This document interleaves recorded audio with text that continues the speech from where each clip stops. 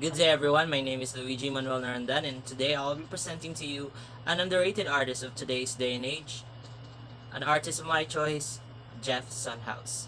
So, over the past 10 years, the American artist Jeff Sunhouse has created a powerful body of portrait paintings depicting often masked male, black male figures that consistently defy an obscure classification. Sunhouse uses masking to reveal as well as conceal issues of identity in our culture. The matches, smoke, and burnt areas seem to hint at the incendiary nature of race relations in America. Sunhouse's paintings include references as varied as traditional American or African masked art historical figures as Romare Bearden, Charles White, or Pablo Picasso. Sunhouse's subject is the African American male with Western culture, employing a visual language he has developed over the years. Repeated and edited over time, these characters have become his own. Sunhouse's figures are presented frontally, painted close up to appear right on the canvas, surface, and indeed are frequently built up with collage elements to extend into viewer's space. The paintings are both beautiful and proactive. Sunhouse's distinctive painting vocabulary includes the use of cut and collage magazine images, carefully patterned and collaged matchsticks, steel wool and soldered metal, set against his carefully rendered painted illusions. His trademark Harley Quinn pattern, superimposed upon the faces of his subjects, immediately makes the viewer aware that, although realistically painted, these are symbolic images. By drawing upon a specific and overtly violent and sexual imagery prevalent in our culture, and by pushing his figure's symbolism to the extreme. Sunhouses exposes the hypocrisy and absurdity inherent within the myths that surround the African American male. So let's proceed to Jeff Sunhouse as a person.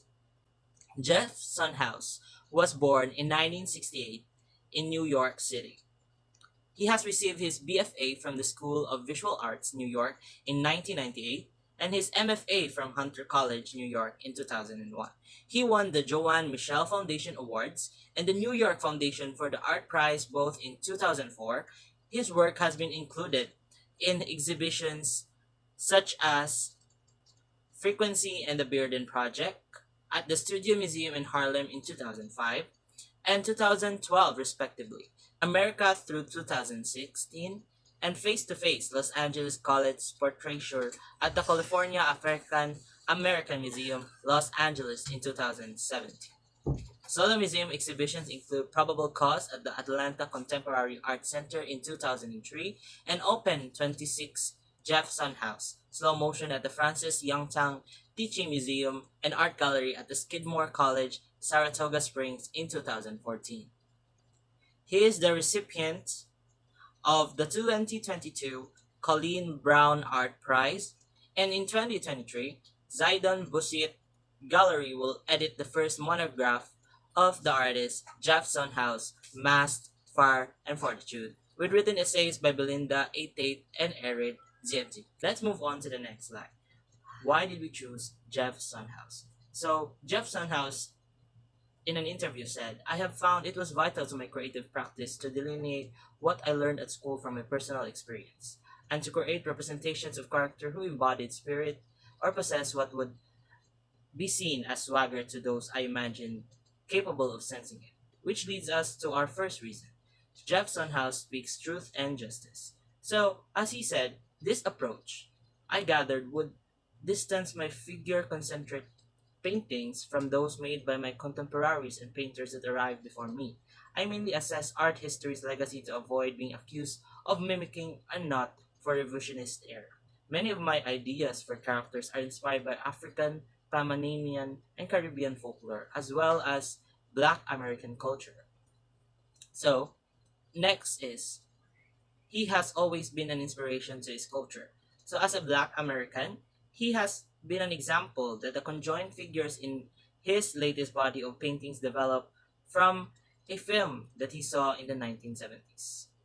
And it is titled The Thing with Two Heads, where a white man's head is attached to a black man's shoulder. What I remember most, said Sam Sondhaus, is vividly how the figure's movement was restricted. Today, I adopted this figure to symbolize the individual, how they are affected physically and physiologically by the monolithic idea of blackness and what it has become.